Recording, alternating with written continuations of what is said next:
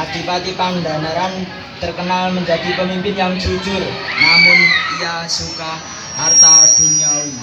Sifat jeleknya terdengar oleh Sunan Kalijaga, dan Sunan Kalijaga pun ingin mengingatkan kepada Prabu Panandaran. Sunan Kalijaga pun menyamar menjadi tukang rumput. Suatu ketika Prabu Pandanaran pun melewati kabupaten dan menawar rumputnya.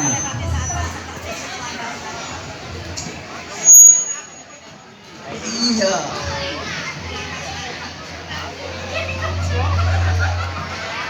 Hei Kisana, berikanlah rumput-rumput itu kepadaku Kisana. Mohon maaf Gusti Prabu, rumput-rumput ini untuk makan kambing-kambing di kandang saya. Alah, tidak apa Kisana, kau kan bisa merumput lagi yang lebih banyak.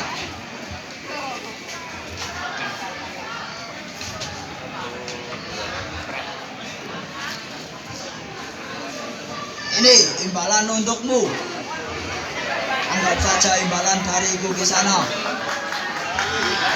Kisana pun terdiam dan menyetujui apa kata Prabu Panandaran dan menaruh rumputnya di kandang. Ia tidak lupa menaruh uangnya di rerumputan. Namun uang itu terlihat oleh pengawal Prabu Panandaran.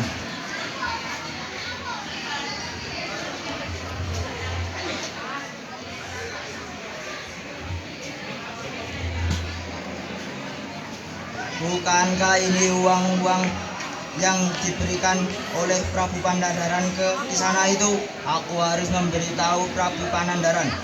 Prabu, ini bukankah uang yang kau berikan ke Kisana itu, Prabu Panandaran? Sombong sekali Kisana itu membuang pemberianku. Hal itu pun terjadi berulang kali. Sampai Prabu Panandaran pun penasaran kepada Kisana itu sebenarnya siapa dia.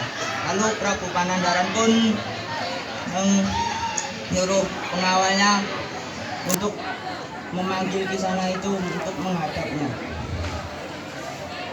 Pengawal, tolong panggilkan Kisana itu ke hadapanku. Ini Prabu Kisana itu. Terima kasih pengawal.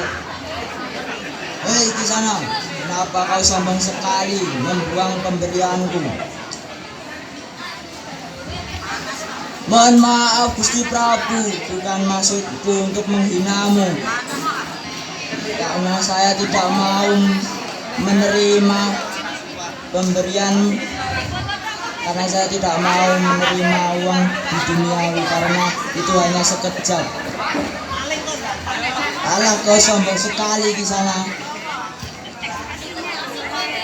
Aku pun bisa memacul ke dalam tanah, bisa mengeluarkan emas.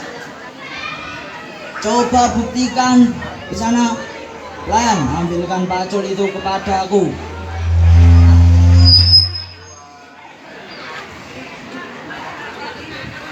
Ini Kisana. Silakan kau buktikan pada aku Kisana. Mohon izin Gusti Prabu.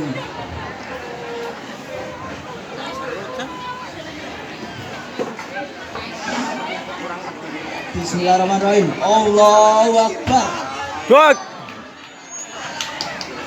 Gusti Prabu pun terkejut dengan Kisana itu. Lalu Gusti Prabu pun menanyakan sebenarnya siapa Kisana itu. Sebenarnya kau siapa Kisana? Begitu saktinya kau Kisana. Sebenarnya aku Sunan Kalijaga Gusti Prabu Panandaran. Mohon maaf Gusti Prabu, Pak. Mohon maaf Sunan Kalijaga. Aku tidak tahu kalau itu kamu.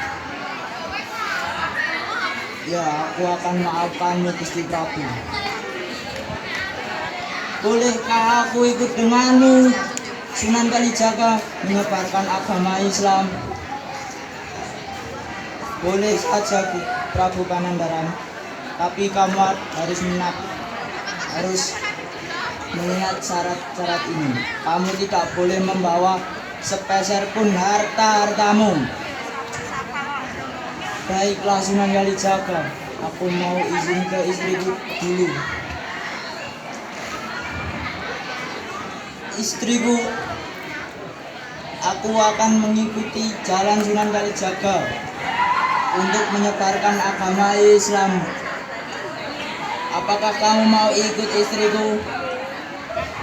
Tapi ada syaratnya istriku, kau harus meninggalkan harta-harta kita. Ya suamiku, tapi kau duluan saja suamiku, nanti aku menyusul. Baiklah istriku. Lalu Prabu Pangandaran pun pergi dengan Sunan Kalijaga. Namun di tengah perjalanan ia dicegat oleh 3 perampok dengan membawa senjata.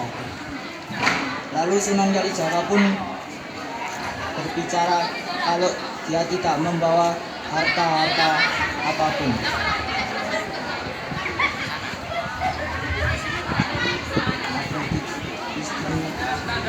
Istrinya pun tidak rela meninggalkan harta-hartanya, lalu ia menaruh uangnya di dalam tongkat.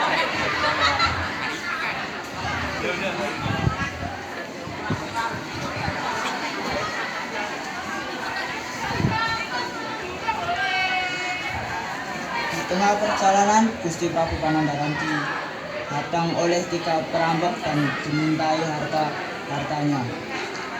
Lalu Sunan Kalijaga pun membicarakan, "Wahai perampok, kau tidak akan mendapatkan apa-apa dari kami. Kami tidak membawa sepeser harta pun.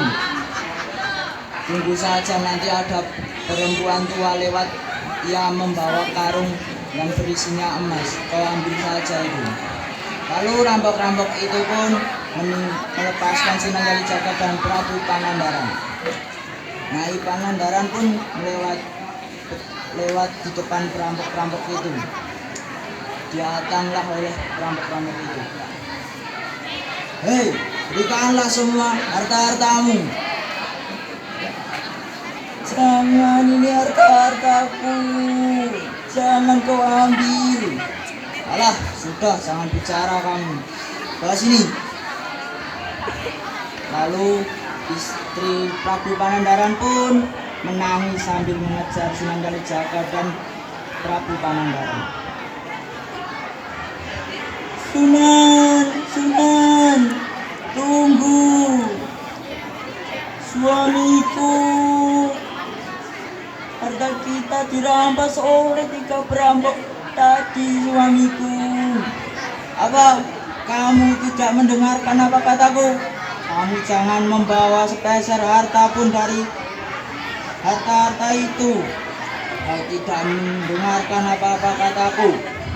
Sunan Kalijaga pun, "Astagfirullah, kau tidak mendengarkan apa kata suamimu.